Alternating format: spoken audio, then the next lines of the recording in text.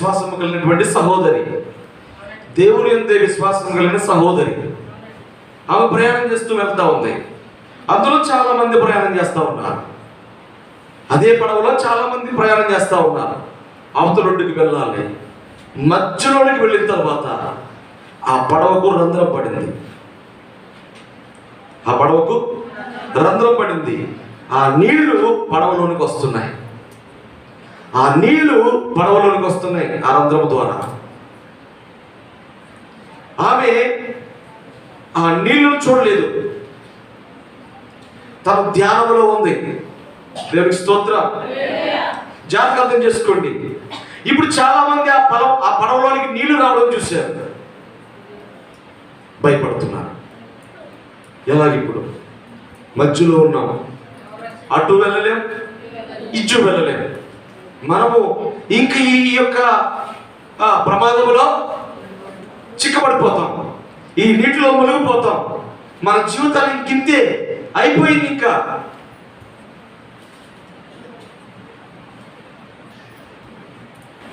మన బ్రతుకులు అయిపోయాయి ఇంకా అని ఆ నీళ్లు పడవలోకి వస్తుంటుంటే చూసి అందరూ భయపడిపోతున్నారు.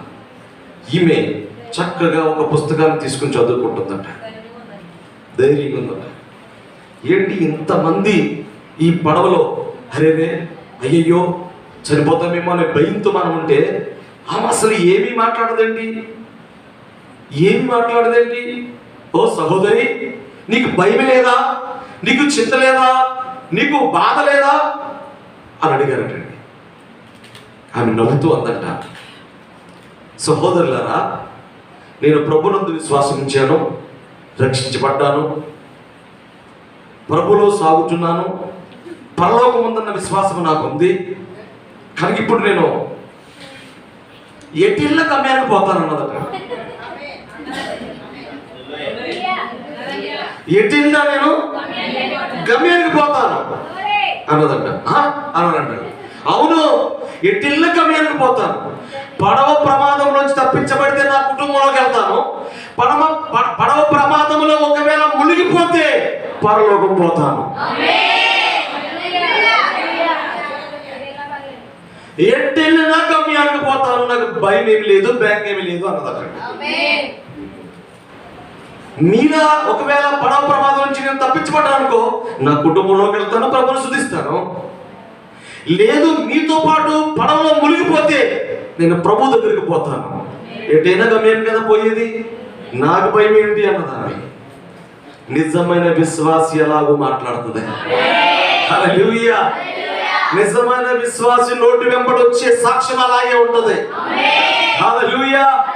ఆమె క్రీస్తుని అంగీకరించిన తర్వాత ఇంక ఈ లోక సంబంధమైనటువంటి మరణానికి కానీ, సమస్యలకు కానీ, బలహీనతలకు కానీ, ప్రమాదాలకు కానీ అడలిపోదు. ఆమె ధైర్యంగా ఉండగలదు. ఎటు వచ్చిన గమ్యానికి పోతాం కాబట్టి. దేవునికి స్తోత్రం. ఆమె అలా చెప్పగానే అనేక మంది ఆశ్చర్యపడ్డారు. నిజమే. శద్రకు, మేషకు, అబేద్నెగోలు కూడా సేమ్ అలాగే చెప్పారు. కాలిపోతాము. ఒకవేళ దేవునికి స్తోత్రం, మా దేవుడు రక్షించకపోతే కాలిపోతాం. ఆయన రక్షిస్తే క్షేమంగా అగ్ని కూడా నుంచి బయటకు వస్తాం. ఏదైనా పర్వాలేదు. కానీ మా నీతి మేము తప్పం. మా దేవునికి మాత్రమే నమస్కారం చేస్తాం, మా దేవునికే తల వంచుతాం. దేవునికి స్తోత్రం. మా దేవునికి మాత్రమే మేము ఆరాధన చేస్తాం. నీతి తప్పలేదండి. నీతి తప్పిపోయి చాలా మంది ఉన్నారు. నీతి తప్పిపోయిన వాళ్ళు చాలా మంది ఉన్నారు. నీతి తప్పిపోతే కోతులు అంటులే కదా, నీతి లేకపోతే కోతులే కదా. సాధారణంగా కోతులకి మరి అది అలా ఎందుకు దాన్ని అలా కుదిర్చారు నాకు తెలియదు, కానీ దేవునికి మహిమ కలుగును గాక. చూడండి, ఇక్కడ శద్రకు, మేషకు, అబేద్నెగో రెండవసారి అంటున్నారా, నమస్కారం చేసేయండి, తప్పించబడతారు. మీరు అగ్ని గురించి తప్పించబడతారు. నమస్కారం. మేము అసలు నమస్కారమే. శద్రకు, మేషకు, అబేద్నెగో మూడవసారి కాదు 30 సార్లు చెప్పినా దేవునికి స్తోత్రం, హల్లెలూయా. చూసారా, ఇప్పుడు శద్రకు, మేషకు, అబేద్నెగో అని ఈ ముగ్గురిని తీసుకువెళ్ళి అగ్నిగుండంలో పడేయాలి. అగ్నిగుండంలో పడవేయాలి. ఒకసారి చెప్పాను, మళ్ళా చెప్తున్నాను. దేవునికి మహిమ కలుగును గాక. ఇప్పుడు అగ్నిగుండం దగ్గరికి తీసుకెళ్తున్నారు. ఎవరిని? శద్రకుని, మేషకు, అబేద్నెగో. వాళ్ళు దర్జాగా అయిపోతున్నారు. వద్దొద్దు, ప్లీజ్ ప్లీజ్, ఏమనుకోకండి, మా మొక్కలు చూడండి అంటలేదు వాళ్ళు.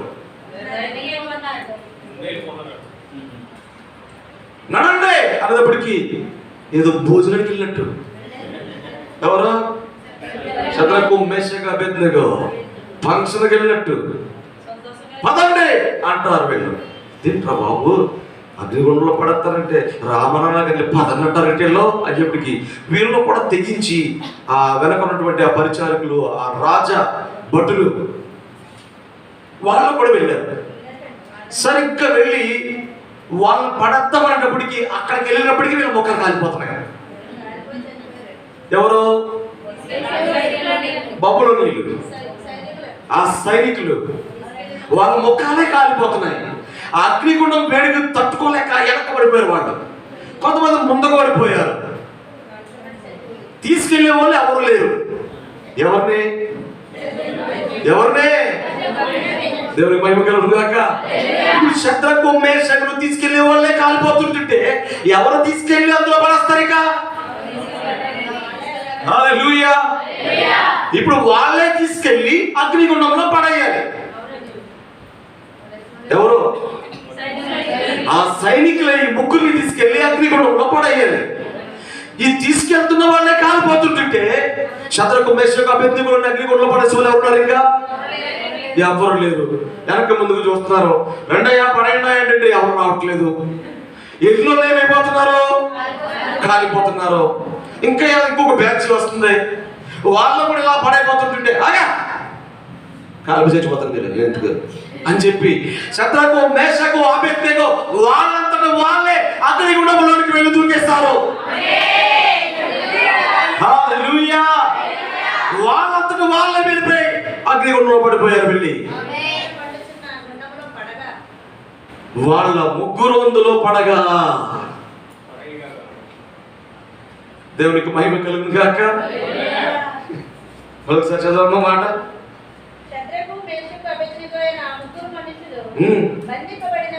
బంధింపబడిన వారై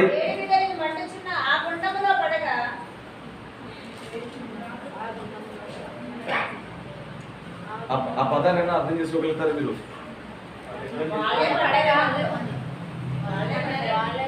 పదాన్ని అర్థం చేసుకోండి. కొన్ని వందల సార్లు చదివేసి ఉంటాం నేను. మనం పడేశారు పడేశారు పడేశారు అనుకున్నాం. పడగా వేళ్ళు వెళ్ళి పడిపోయారు. ఎందుకంటే వేసినోళ్ళు కాలిపోతున్నారు, ఆ పరిచారకులు కాలిపోతున్నారు, ఆ సైనికులు కాలిపోతున్నారు. మీరు ఎందుకు తిప్పబడతారా బాబు? శిక్ష మాకు కానీ మీకు కాదు కదా, మేమే పోతామని చెప్పి శద్రకు, మేషకు, అబేద్నెగో అగ్నిగుండంలో పడ్డారు. వెళ్ళి దేవునికి మహిమ కలుగును గాక. ఆ అగ్నిగుండంలో పడిపోగా చూడండి, అక్కడ రాజు నెబుకద్నెజర్ అనేటువంటి ఆ రాజు ఎందుకు ఆశ్చర్యపడ్డాడో చెప్పాలి ఇప్పుడు నాకు. మీ వాళ్ళు పడేయడం కదా నాయన, మేమే పోయేద్దాం అని చెప్పేసి వాళ్ళు వెళ్ళిపోయారు కాబట్టి. నీకు అర్థమైందా? వీళ్ళే పడేసారు అనుకోండి, పడేసాను అందులో. కానీ రాజే ఆశ్చర్యపడ్డాడు అక్కడ. ఎందుకు? వీళ్ళే వెళ్ళి పడ్డారు కాబట్టి. ఆ కార్యం చూడగానే ఆశ్చర్యం వేసుకొచ్చింది. అమ్మో అనుకున్నాడు. దేవునికి మహిమ కలుగును గాక. అగ్నిగుండంలో ఉన్నారు. ఇప్పుడు ఎక్కడున్నారు చెప్పండి? ఎక్కడున్నారు వీళ్ళు? అగ్నిగుండంలో ఉన్నారు. ఎవరు? శద్రకు, మేషకు, అబేద్నెగో అగ్నిగుండంలో ఉన్నారు. అగ్నిగుండంలోని తిరుగుతున్నారట.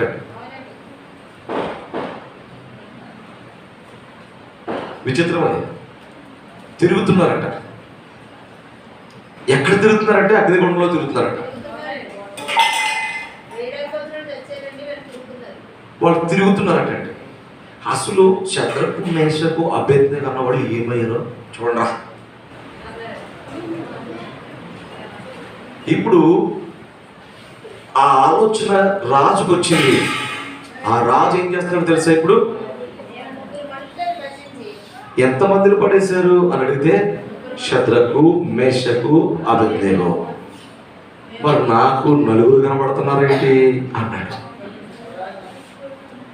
ఎంతమంది? దేవుడికి మహిమ కలుగును గాక. నలుగురు కనబడుతున్నారేంటి? నాలుగో వాడు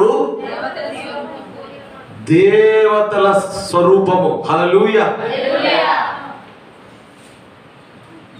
ఒక దూత స్వరూపముతో అగ్నిగుండంలో వారి ముగ్గురిని తిప్పుతున్నాడటండి. ఆ ముగ్గురిని తిప్పుతున్నాడటండి. ఇప్పుడు అగ్నిగుండంలో ఎంతమంది తిరుగుతున్నారు? నలుగురు. దేవునికి స్తోత్రం. హల్లెలూయా. నలుగురు తిరుగుతున్నారు. ఇప్పుడు నలుగురు అగ్నిగుండంలో ఉన్నారు. ఇప్పుడు నలుగురిని చూశాడు రాజు. నలుగురిని చూసేటప్పటికి ఈ రాజుకి ఇంకా మనసులో కలవరం రేగిపోయింది. మనం పడేసింది ఎంతమందిని? ముగ్గురిని. కానీ ఎంతమంది ఉన్నారు? నలుగురు ఉన్నారు. ఏంటిది? ఏంటి సంగతి? ఏంటి అసలు?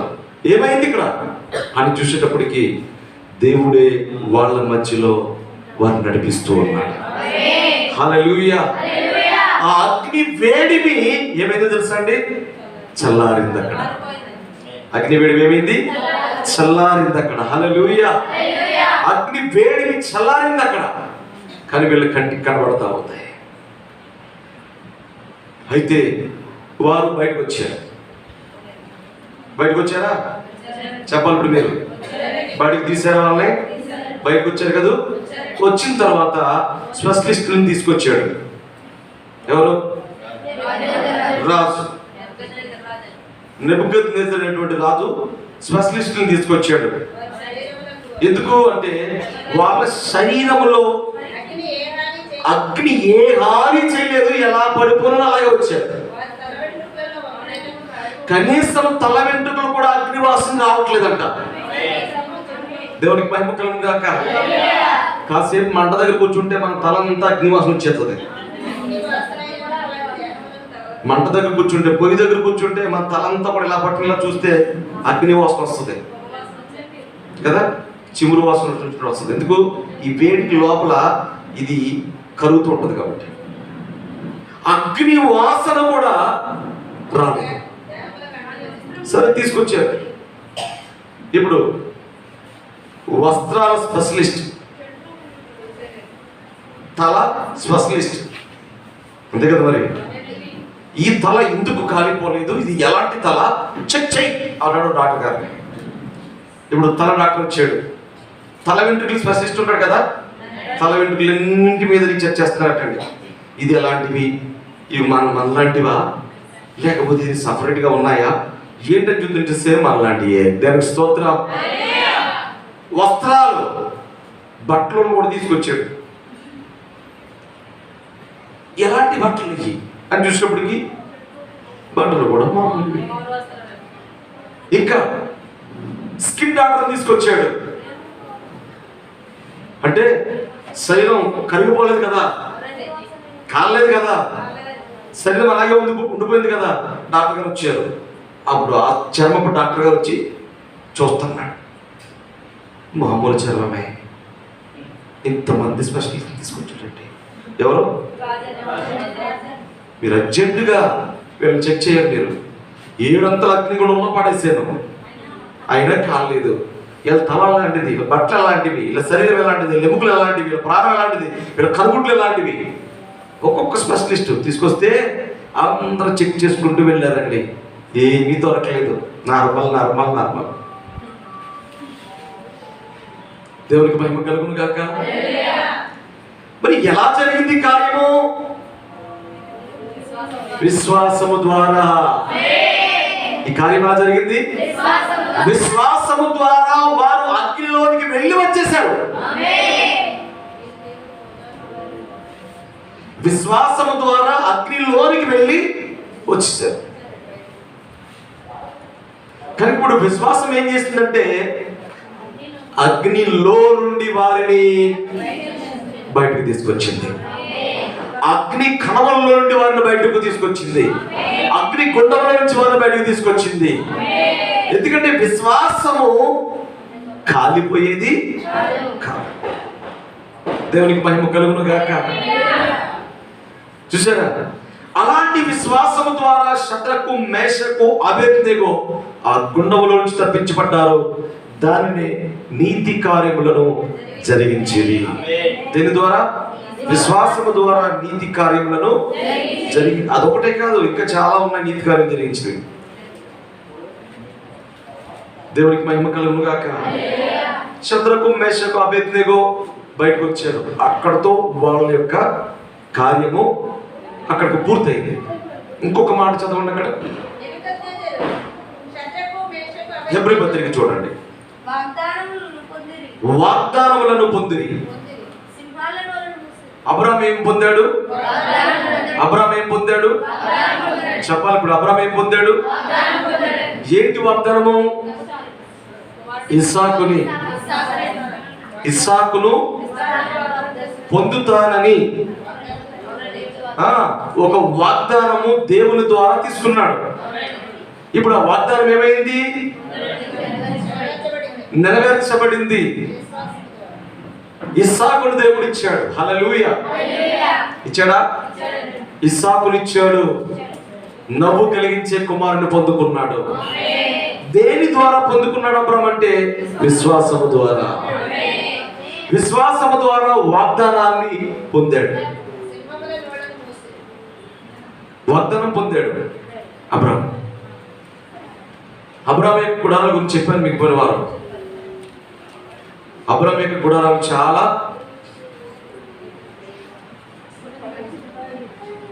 స్వల్పమైనవి, అల్పమైనవి, అప్పటికప్పుడు వేసుకుని అప్పటికప్పుడు తీసేసి అలాంటి గుడారాల్లో ఉంటూ విశ్వాసంగా ఉన్నాడు అబ్రాహాము. మనమైతే చాలా పెద్ద పెద్ద బిల్డింగ్లో ఉన్నాం కానీ విశ్వాసం లేదు మన దగ్గర.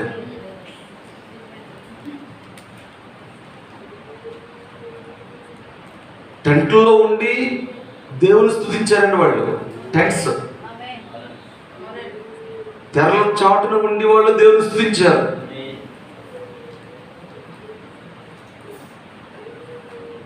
చిన్న చిన్న గుడారాల్లో ఉండి, తాత్కాలిక గుడారాల్లో ఉండి ప్రభువును స్తుతించారు. విశ్వాస యోధులుగా ఉన్నారు వాళ్ళు.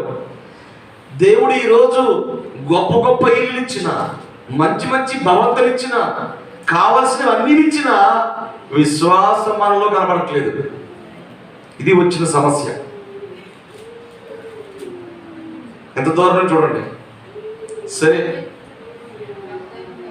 ఆ కాలంలో కూడా అబ్రాహాము పక్కన అవిశ్వాసం ఉన్నాడు. విశ్వాస పక్కన ఎవరున్నారు? అవిశ్వాసం ఉన్నాడు. విశ్వాసి ఎవరు? అబ్రాహాము. విశ్వాసం ఎవరండి? అబ్రాహాము. అవిశ్వాసి ఎవరు? లోతు. అవిశ్వాసి లోతు. చూడండి, అబ్రాహామేమో దేవుని వైపు చూశాడు. దేవుని వైపు చూశాడు. దేవుడిచ్చే తలాంతు వైపు, దేవుడిచ్చిన వాగ్దానం వైపు చూశాడు. దేవుడు చెప్పిన దాని మీద నిలబడి ఉన్నాడు. మరి లోతు లోకం వైపు చూశాడు. చూసారా, మనిషి ఎప్పుడు కూడా దేవుని వాగ్దానం మీద నిలబడాలి. కానీ లోతు లోకం మీద నిలబడి ఉన్నాడు. లోకంలో మోసపోయాడు, లోకాన్ని స్నేహించాడు, పడిపోయాడు. దేవుణ్ణి ప్రేమించిన అబ్రాహాము పడిపోలేదు. దేవుని స్తోత్రం. చూసారా, అవిశ్వాసి విశ్వాసి. అబ్రాహాము విశ్వాసి. విశ్వాసము ద్వారా దేవుని వాగ్దానం పొందుకున్నాడు. అతడే నవ్వు కలిగించు ఇస్సాకు అయి ఉన్నాడు. ఇంకొక మాటలో చెప్పాలంటే నిజమైనటువంటి ఇస్సాకు ఎవరో కాదు, మన ప్రభువైనటువంటి యేసుక్రీస్తు అయి ఉన్నాడు. అలాంటి యేసుక్రీస్తును పొందుకున్నాడు. మనం ఈ రోజు కూడా ప్రభువును పొందుకున్నాం. హల్లెలూయా. అది అబ్రాహాం జీవితంలో జరిగింది. వాగ్దానం పొందిరి. అంతేకాదు, అలాగ వాగ్దానం పొందిన వాళ్ళు ఉన్నారా? అలాగూ వాగ్దానం పొందిన వాళ్ళు ఇంకెవరైనా ఉన్నారా?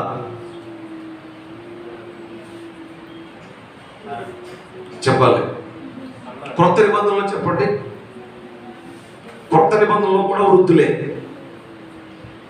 క్రొత్త నిబంధనలో కూడా వృద్ధులే. వాళ్ళకు ఒక కుమారుడు పుట్టాడు. అతని పేరు యోహాను. జకరియా, ఎలిజబెత్. వాళ్ళకి వాగ్దానం చేయబడింది. దేవునికి స్తోత్రం.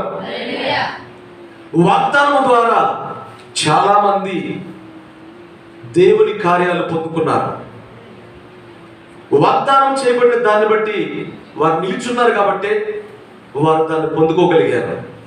మరి ఇప్పుడు కొత్త నిబంధన సంఘములకు, లేకపోతే ఈ చివరి కాల పెండ్లి కుమార్తెకి దేవుడు ఇచ్చిన వాగ్దానం ఏంటి?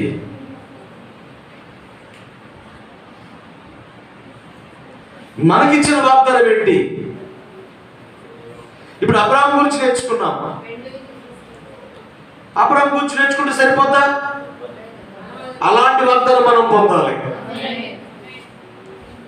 శద్రకు, మేషకు, అబేద్నెగో గురించి నేర్చుకున్నాం. వాళ్ళ గురించి నేర్చుకుంటే సరిపోతా? మన జీవితాల్లో అలాంటి నీతి కార్యాలు జరిగించబడాలి. ఇప్పుడు ఈ కాలంలో మనకిచ్చిన వాగ్దానం ఏంటి? యోహాను పత్రిక, మొదటి పత్రిక. దేవుడు మనకిచ్చిన వాగ్దానం ఏంటి?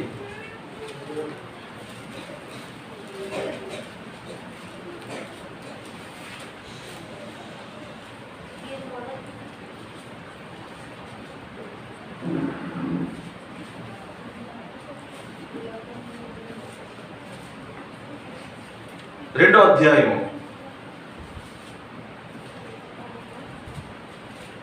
24వ వచనం. అయితే మీరు మొదటి నుండి విన్నది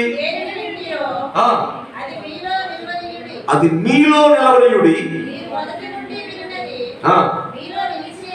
నిలిచిన యెడల మీరు కూడా కుమారుని యందును తండ్రి యందును నిలుతురు.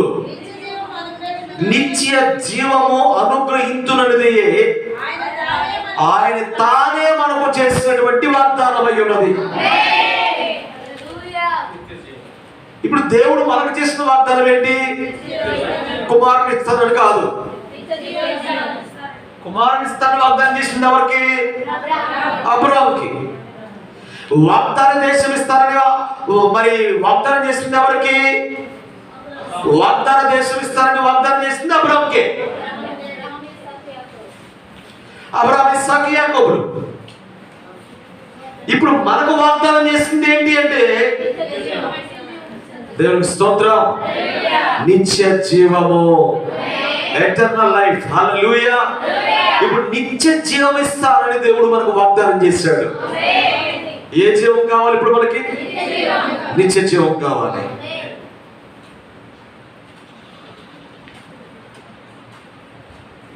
ఆదాము జీవించు ప్రాణి, అంతేనా? ఆదాము జీవించు ప్రాణి. మొదటి ఆదాము, కడపటి ఆదాము జీవింపజేయు ఆత్మయ్య ఉన్నాడు. దేవునికి మహిమ కలుగును గాక. ఆయనలో జీవం ఉన్నది. ఆయనలో జీవం ఉన్నది. ఆ జీవం సమరయ స్త్రీలోనికి వెళ్ళింది. హల్లెలూయా. ఎప్పుడైతే జీవము సమరయ స్త్రీలకు వెళ్ళిందో తన జీవితం అంతా కూడా మారిపోయింది. దేవునికి మహిమ కలుగును గాక. అయితే ఇక్కడ చూద్దాం, వాగ్దానం అనుగ్రహించాడు మనకి. అంటే మనకిచ్చిన వాగ్దానం ఏంటి అంటే నిత్య జీవము అన్నాడండి. ఈ కాలానికి ఈ వాగ్దానం ఏంటి? నిత్య జీవం. ఇప్పుడు నిత్య జీవం పోవాలంటే దేవుని వాగ్దానాన్ని మనం పొందుకోవాలి. దేవుని వాగ్దానాన్ని పొందుకోవాలంటే విశ్వాసం ఉండాలి నీకు. దేవునికి స్తోత్రం. అబ్రాహాము దేవుని యొక్క వాగ్దానాన్ని పొందుకున్నాడు. దేని ద్వారా? విశ్వాసం ద్వారా. తర్వాత అబ్రాహాము దేవుని యొక్క వాగ్దానమును పొందుకున్నాడు. వాగ్దానములు పొందిరి.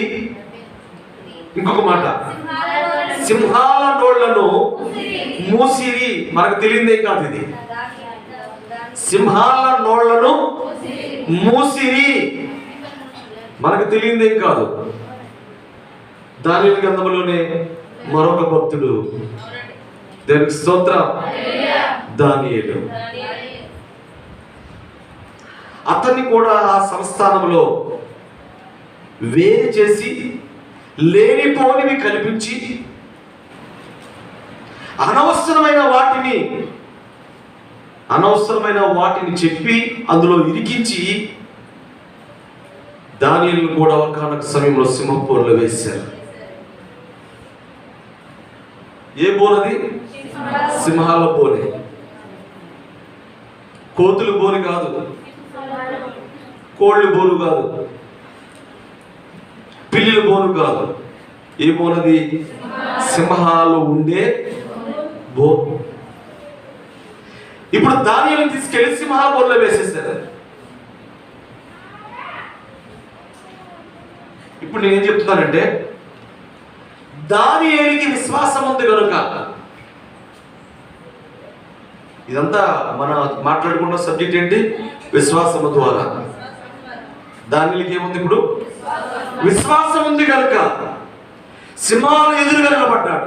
అప్పటికే సింహాలు చాలా ఆకలితో ఉన్నాయి, 4 చప్పలిస్తా ఉన్నాయి. మనిషి దొరికాడిక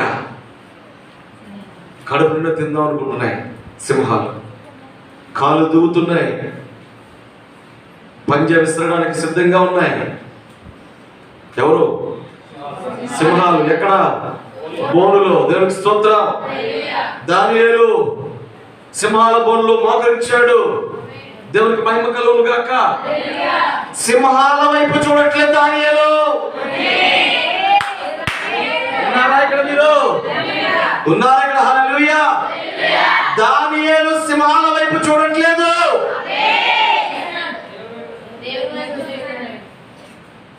దేవునికి మహిమ కలుగును గాక. సింహాల వైపు చూస్తే నిజంగా భయం వేస్తున్నది. సింహాల వైపు చూడలేదు, కోదమ సింహం వైపు చూశాడు ఆయన. హల్లెలూయా. కోదమ సింహం వైపు చూశాడు, యూదా గోత్రపు సింహం వైపు చూశాడు ఆయన. ఆయన ఎవరో కాదు, యూదా గోత్రపు సింహం అయి ఉన్నాడు. ఆ యూదా గోత్రపు సింహమే సింహాల మధ్యలోకి వచ్చి నిలబడింది. దేవునికి మహిమ కలుగును గాక. ఏ సింహం వైపు అయితే చూశాడో దానియేలు, ఆ యూదా గోత్రపు సింహమే దానియేలు ముందు నిలబడింది. హల్లెలూయా. ఏ సింహము కూడా ముందుకు రాలేదు ఇంకా. ఎందుకంటే యూదా గోత్రపు సింహం ఉంది ఇక్కడ. దానియేలు ముందు నిలబడిన సింహము యూదా గోత్రపు సింహమై ఉన్నది. వీటన్నింటినీ ఏలుబడి చేసే సింహమై ఉన్నది. వీటన్నింటినీ తరిమేసే సింహమై ఉన్నది. రాజ్యాలను కూల్చేసే సింహమై ఉన్నది. దేవునికి మహిమ కలుగును గాక.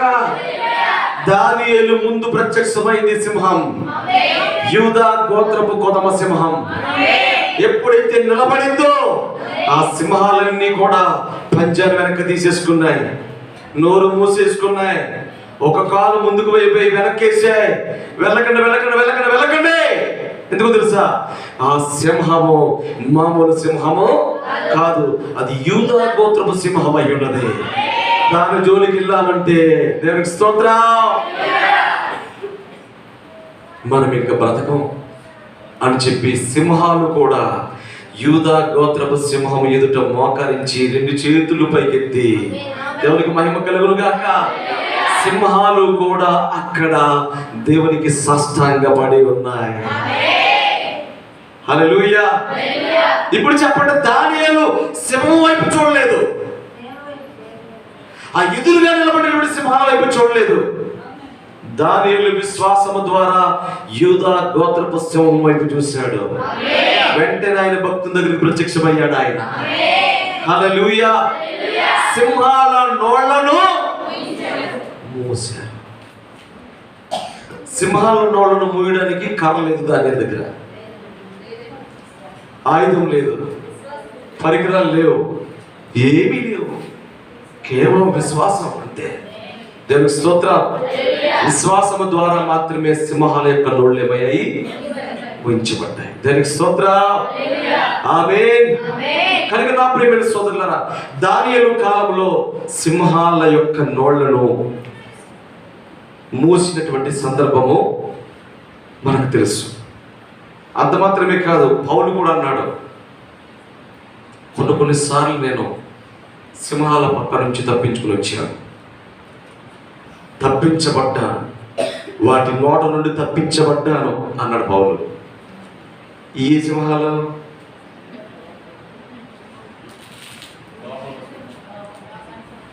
సింహము నోటి నుండి తప్పించబడ్డానన్నాడు.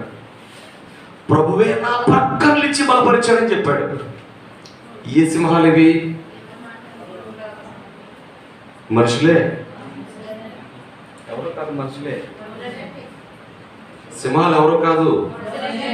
ఆ రోజు దానియేలు గ్రంథంలో దానియేలు ముందున్నాడు, నిజంగా భౌతికమైన సింహాలే, సహసిద్ధమైనవి కదా, సహజంగా ఉండేవే, సహజంగా ఉన్న సింహాలు అవి. కానీ అపోస్తలుడైన పౌలు దగ్గర ఉన్న సింహాలు ఎలాంటివంటే మానవ రూపంలో ఉన్న సింహాలు, మానవ మృగాలు. మాట చెప్పండి. సింహము చీల్చేసే మనస్తత్వం, సింహము చీల్చేసేటువంటి తత్వం దానికి ఉంది కదా. ఈరోజు మనుషులు కూడా మనుషులు ఏం చేస్తున్నారు? చీల్చేస్తున్నారు. కుటుంబాన్ని చీల్చేసేవాడు చాలా మంది ఉన్నారు. అదో సింహం అది.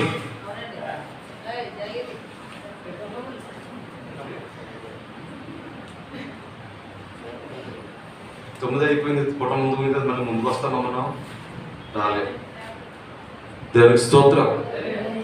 ఉన్నాయి ఇలాంటి సింహాలు ప్రతి ఇంటింట్లో, వీధి వీధిలో, ఆయా స్థలాల్లో తిరుగుతున్న సింహాలు ఇవి. ఏ సింహాలు ఇవి? మానవ సింహాలు అన్నమాట, మానవ మృగాలు అన్నమాట అండి. ఇవి కుటుంబాలను పాడు చేస్తారు, వ్యక్తులను పాడు చేస్తారు, భక్తులను పాడు చేస్తారు, మంచోళ్ళు పాడు చేస్తారు. మంచోళ్ళే గుడికి రావాలనుకుంటున్నారు, పాపం వాళ్ళు చెడగొట్టేస్తూ ఉంటారు. వీళ్ళు ప్రార్థనే చేయాలనుకుంటున్నారు, పాడు చేస్తారు. వీళ్ళు దేవుని మందిరంలో తీర్మానంతో ఉండాలనుకుంటున్నారు, పాడు చేస్తారండి. వీళ్ళు చీల్చేస్తారు వాళ్ళ విశ్వాసాన్ని. లేదంటే వాళ్ళు పౌలు దగ్గర కూడా దాపరించారు. అలాంటి వాళ్ళు పౌలు దేవుని వాక్యాన్ని ప్రకటిస్తున్నప్పుడు కపట సహోదరుల వల్ల నేను నష్టపోయానని చెప్పాడు. కపట సహోదరులు సింహం వల్లే వారు నా మీద పడ్డారు, వాళ్ళ ద్వారా మోసపోయాను నేను, వాళ్ళు నన్ను మోసగించారు, అయినా ప్రభు నన్ను బలపరిచాను. దేవునికి స్తోత్రం. అంటే సింహాలు ఉంటాయి, అడవిలో ఉన్నావు కదా సింహాలు, పేటల్లో కూడా ఉన్న సింహాలు ఉన్నాయి.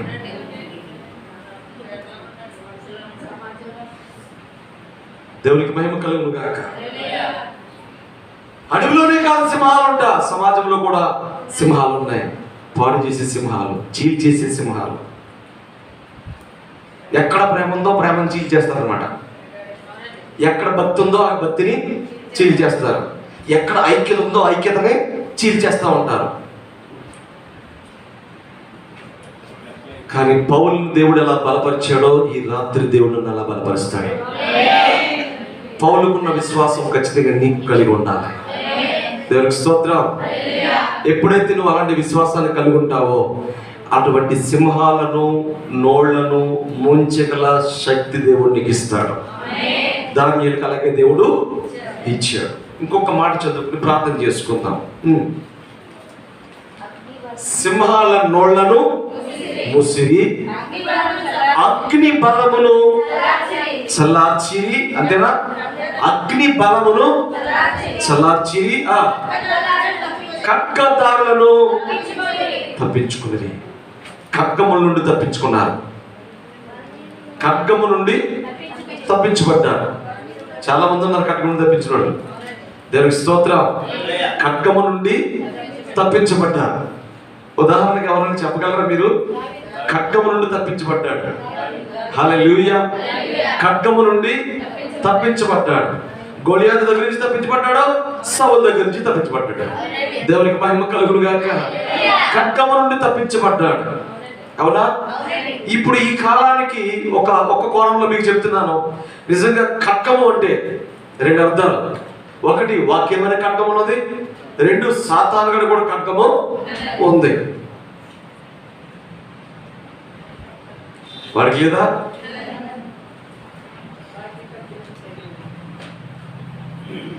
వాడు ఆయుధంతో యుద్ధానికి వస్తే మనము మన ఆయుధాలతో యుద్ధానికి వెళ్తున్నాం మనం.